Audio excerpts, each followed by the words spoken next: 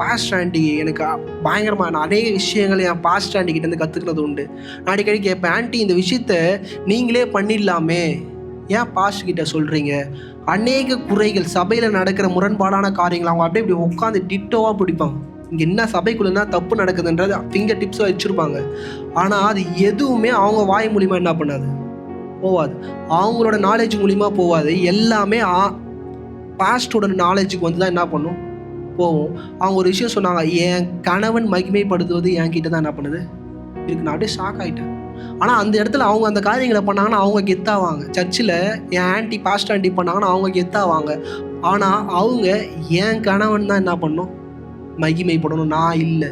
இன்றைக்கி கணவன் மனைவி உறவுக்குள்ளே நம்ம அப்படி தான் இருக்கணும். மாற்றி மாற்றி மற்றவங்கள என்ன பண்ணிக்கணும், நம்ம தான் கணவன் பண்ணணும். என் மனைவியை நான் தான் தூக்கி விடணும், மனைவி தான் கணவனை என்ன பண்ணணும், தூக்கி விடணும். இப்போ பிரச்சனை என்னன்னா, நீ என் காலுக்கு இதுதான் பிரச்சனை. மனைவியும் என்ன யோசிக்கிறாங்க, கணவன் என் காலுக்கில் இருக்கணும்னு யோசிக்கிறாங்க. கணவனும் என்ன நினைக்கிறாங்க, மனைவி என் காலுக்கில் இருக்கணும். இப்படிப்பட்ட ஆக்ஸ்பைட்டில் நம்ம ஓடிட்டோம்னா நம்ம தோத்துட்டோங்க.